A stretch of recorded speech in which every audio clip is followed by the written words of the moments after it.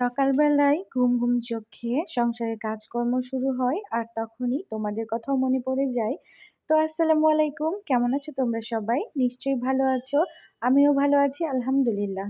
সকালবেলায় ঘুম, ঘুম চোখেই আমাকে রান্নার আয়োজন করতে হচ্ছে। কারণ সকালে উঠেই আমার মেয়ের যেহেতু স্কুলের ছুটির দিন, তো আমাকে খাবার বানাতে হবে এবং সে আমাকে একটা বায়না করেছে যে, একটা নতুন খাবার খাবে। তো সেটাই বানাবো। চলো তোমাদের সাথে শেয়ার করছি। আর এখানে আমি ওল কেটে নিচ্ছি কারণ ওলের ভর্তা করব। ওলটা ফ্রিজে ছিল, নষ্ট হয়ে যেতে পারে। আর আমার তো নষ্ট করতে ভালো লাগে না। তাই ভাবছি আজকে ভর্তা বানাই।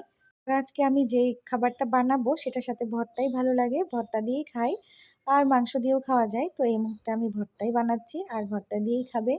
সবকিছু কাটাকাটি করে আমি এখন চলে যাব মেইন কাজে। আসলে আমি এটা রাইস কুকারেই বসিয়ে দিব। কারণ আমি চুলাতে এটা দিব না। সিদ্ধ হওয়ার জিনিসগুলো আমি রাইস কুকারে দিলে বা প্রেশার কুকারে দিলে আমার কাছে খুব ভালো লাগে। মানে আমি আসলে ফ্রি থাকতে পারি। বেশিরভাগ কাজগুলো ঘুম থেকে উঠে সকাল সকালই করা হয়। আর সকালে করা হয় আর না হলে রাতে করা হয়। আমার এই ২ টা টাইমে খুব ভালো লাগে কাজ করতে। তো আমি ওই সময়ই করে নেই। এখন কাজ করছি কিন্তু চোখে আমার ঘুম লেগেই আছে। আসলে আমার সকালবেলা ঘুমাতে ভালোই লাগে। শুধু আমার না অনেকেরই কাছে শোনা যায় যে সকালবেলা ঘুম আসে, সকালবেলা ঘুমাতে ভালো লাগে। তবুও হাত চলে যাচ্ছে কাজে কারণ এই কাজগুলো আমাকে করতেই হবে। কাজ ছাড়া তো আর কিছুই নাই জীবনে, কাজ তো করাই লাগবে।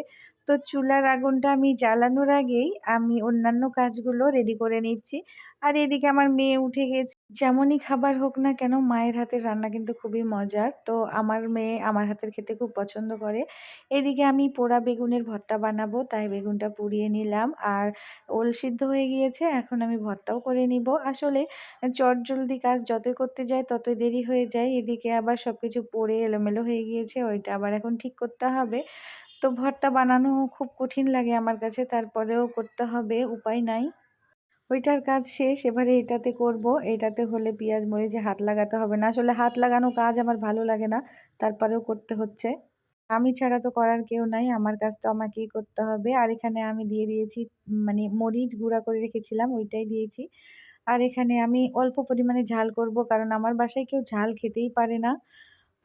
যেভাবেই রান্না করি না কেন ঝালটা একটু কমই করা লাগে। তো তোমরা কেমন ঝাল খাও অবশ্যই একটু জানাবা। আমরা ঝাল খাই না আর আমাদের খাবার কেউ সহজে পছন্দও করে না। যারা ঝাল খায় তাদের কাছে ভালো লাগবে না। আমি হাত দিয়ে নাড়াবো না তাই কত চেষ্টা করলাম কিন্তু না ভর্তা হাত দিয়ে না নাড়ালে টেস্টি হয় না। তো আমি দেখার পরে আবার হাত দিয়ে মাখিয়ে নিলাম। এদিকে বেগুনের ভর্তাও করব। আমার নানি দাদিরা বলতো যে ভর্তা যত নাড়াবি, যত কচলে, কচলে মাখবি ততই টেস্টি হবে। তো কথাটা ভর্তা বানানোর সময় মনে পড়ে। আর আমি হচ্ছে রেডিমেড খাবার পছন্দ করি। তো আমার কাছে তো হাত দিয়ে মাখানো খুবই একটা টাফ হয়ে যায়। আমার অত ভালো লাগে না হাত দিয়ে খাবার। আমার হাত জ্বালাও ধরে।